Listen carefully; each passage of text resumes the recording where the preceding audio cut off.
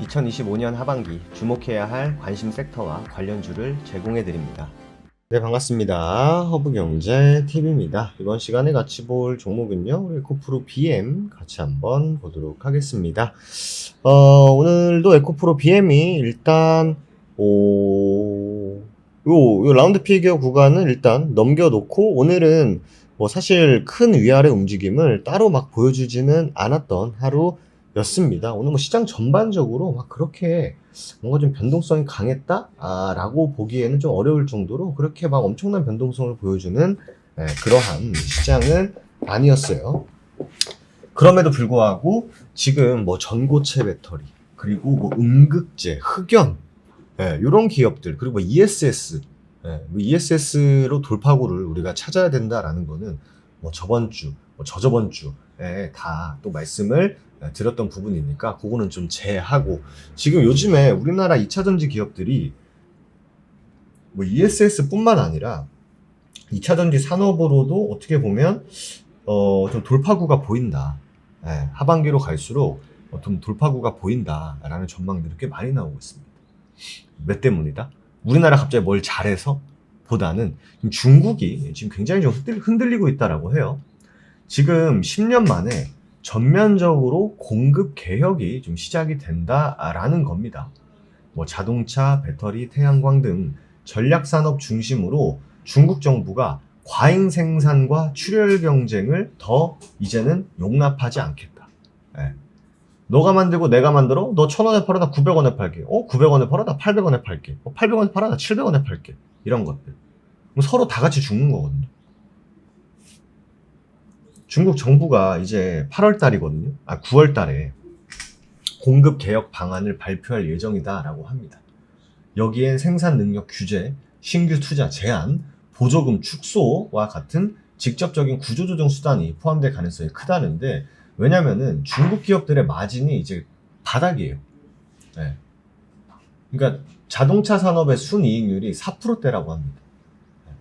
그러니까 일부 업체들은 현금보다도 낮은 부품 가격에 지금 굉장히 골머리를 아파하고 있다. 이 배경엔 말씀드린 대로 과잉 경쟁으로 인해서 지금 산업이 붕괴되고 있다. 결국 전체 생태계를 붕괴되는 걸 알면서도 이거를 지금 중국이 지켜보자 했다가 이제는 안 되겠다. 이거는 정부의 개입이 필요하다. 라고 해가지고 요번에 이제 발표가 될 거다라는 내용입니다. 결국 이게 우리나라 기업들에게 어떤 역할을, 어떤 영향을 주는지를 우리가 봐야겠죠. 첫 번째, 한국 배터리 그리고 전기차 소재 기업에게는 호재일 수밖에 없어요. 지금까지 중국이 물량 공세로 가격을 낮추면 국내 기업들은 울며 겨자 먹기로 마진을 깎고 가격 경쟁을 거기서 또 붙이는 그런 상황만 계속 반복이 됐습니다.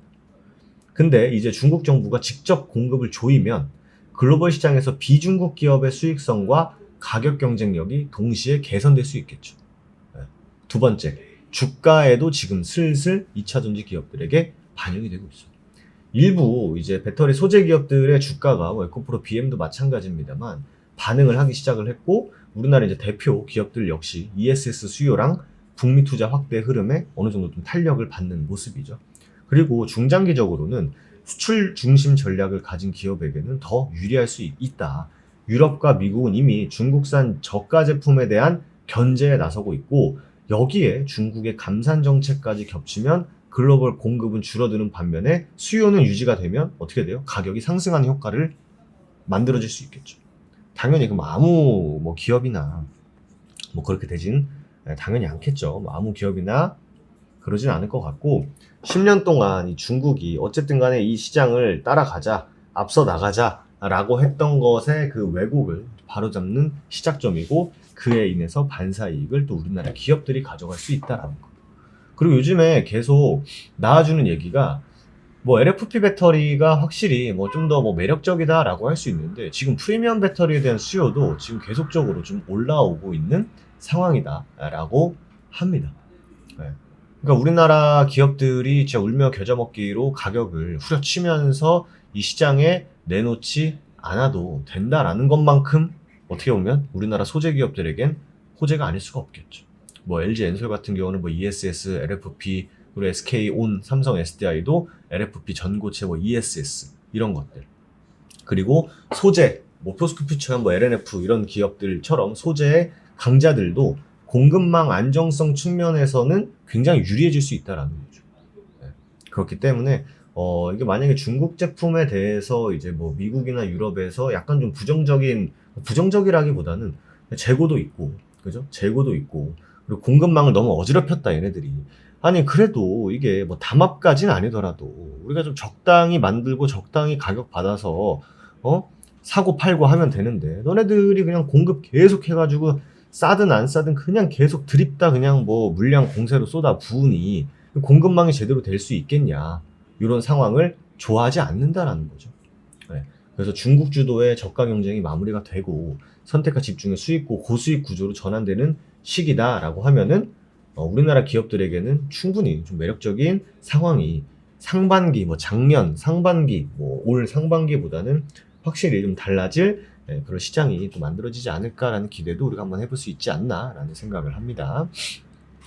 말씀드린 대로 8월 5일날 이제 에코프로 BM이 에코프로 그룹주들이 보통 8월 6일날 실적 발표들이 있는데 에코프로 BM은 하루 먼저 나오는 것 같아요. 왜 그런지는 잘 모르겠고 어쨌든 간에 지금 중요한 거는 분위기가 살아나고 있고 여기에 만약에 코스닥 강세 그리고 2차전지 바이오에 뭐 열심히 힘싸움 뭐 긍정적인 힘싸움이죠. 그런 다음에 에코프로 BM에 어떻게 보면은 달라질 하반기 이런 것들이 다 맞물리게 되면은 충분히 조금 더 강한 흐름을 우리가 좀 기대해 볼 수 있지 않을까라는 말씀을 드리도록 하겠습니다. 말씀드린 대로 이번 주부터 이제 본격적인 실적 시즌에 돌입을 합니다. 근데 주식 아마 해보신 분들은 아시겠지만 실적이 뭐 이렇게 나오고 저렇게 나왔을 때 이걸 호재로 봐야 되는지 악재로 봐야 되는지 뭐 이거에 대해서 굉장히 혼란스러우신 분들 굉장히 많으실 겁니다. 네, 많으실 거예요. 네. 근데 지금 상황에선 뭡니까? 과연 내 예상치가 이 정도 나왔는데 실제로 실적이 예를 들어서 어떻게 나왔어요? 그럼 그걸 어떻게 해석을 해야 되냐? 무조건 잘 나왔다고 해서 무조건 올라간다? 왜냐면 사람들이 100억을 기대했는데 110억 나오면은 때로는 그래도 100억 예상하더라도 그냥 120억은 나와줘야 되는 거 아니야? 이딴 식으로 해석하는 리포트들도 많이 나오거든요. 그렇기 때문에 저희가 텔레그램을 통해서 만약에 1차적으로 여러분들 직관적으로 내가 갖고 있는 종목이 실적이 나왔어요.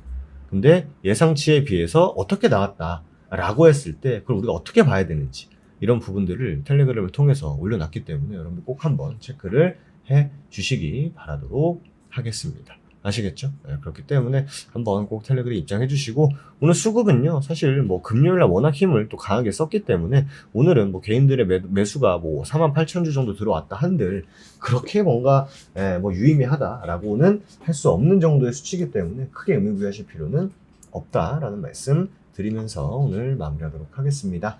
됐습니다. 저희 공식 텔레그램은 여러분들 보고 계신 영상 댓글에 채널 링크 있습니다. 이쪽으로 클릭하셔서 입장하시면 된다라는 말씀 드리면서 오늘 마무리하도록 하겠습니다.